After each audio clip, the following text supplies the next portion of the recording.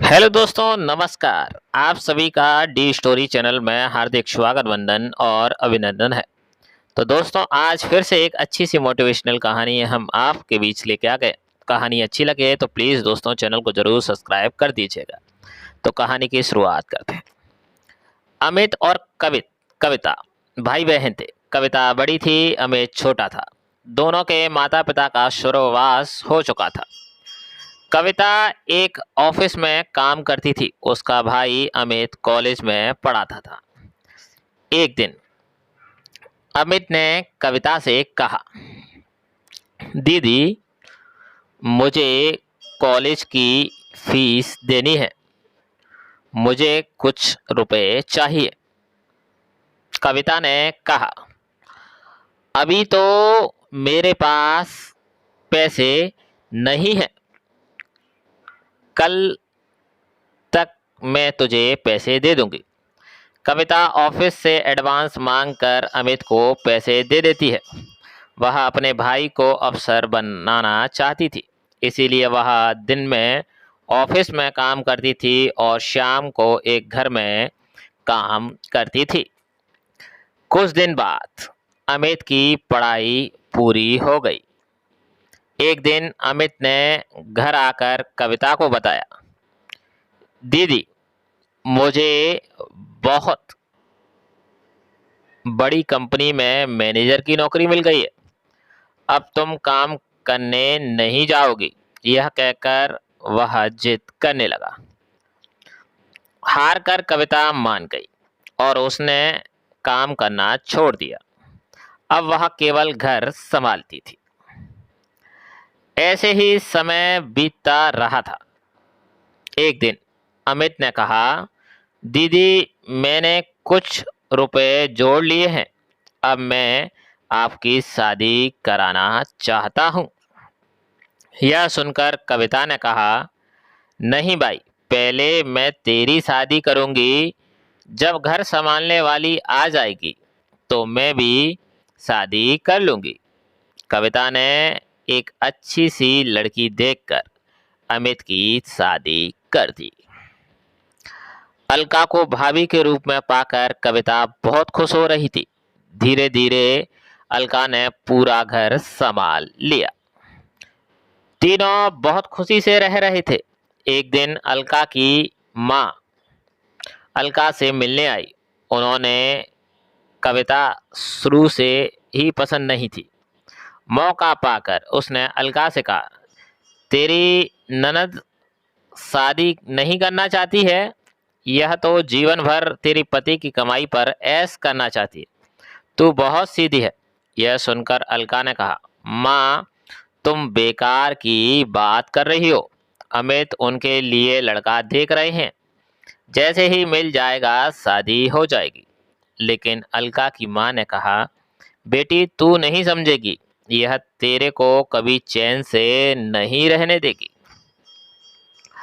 अगले दिन अमित ने कविता से कहा, दीदी, मैंने आपके लिए लड़का देखा है।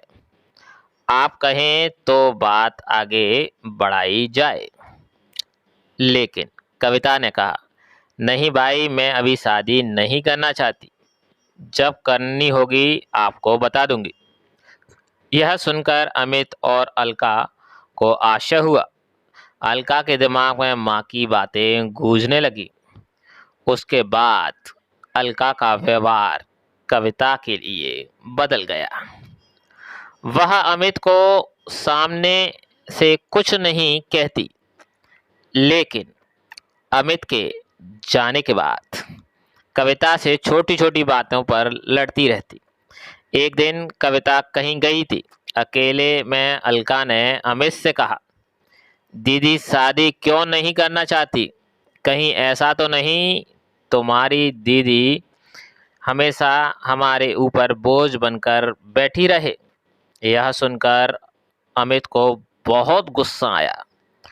उसने कहा, खबरदार मेरी दीदी के बारे में कुछ कहा तो वे जो चाहेंगी वही होगा। तुम्हें पता है, उन्होंने पूरा जीवन मुझे बड़ा आदमी बनाने में लगा दिया। अलका को समझ आ गया कि अमित उसकी बात कभी नहीं सुनेगा। उसने अपनी ननद को रास्ते से हटाने के लिए एक तरकीब सोची। एक दिन अलका ने कविता से कहा, दीदी काफी दिनों से मैं कहीं बाहर नहीं गई हूँ, कल हम मंदिर चलते हैं। यह सुनकर कविता बहुत खुश हुई। अगले दिन दोनों मंदिर में पहुंच जाती हैं।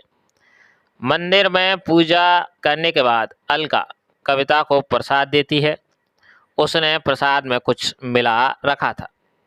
प्रसाद खाकर कविता बेहोश हो जाती है।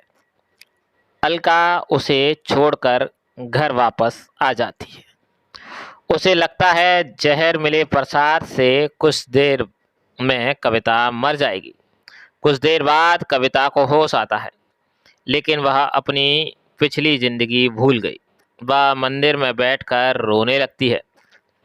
शाम को जब अमित घर वापस आकर अलका से कविता के बारे में पूछता है, तो अलका कहती है, दीदी तीर्थ यात्रा पर गई हैं, कुछ दिनों में वापस आ जाएगी। तब अमित कहता है, दीदी मुझे बगैर बताए अचानक कैसे चली गई। वह परेशान हो जाता है, लेकिन अलका उसे समझाकर शांत कर देती है। इधर कविता को उसी मंदिर के पुजारी मंदिर में स्थान दे देते हैं। वह दिन रात मंदिर में सेवा करने लगती है। मंदिर के सभी भक्त और पुजारी कविता का बहुत ध्यान रखते हैं।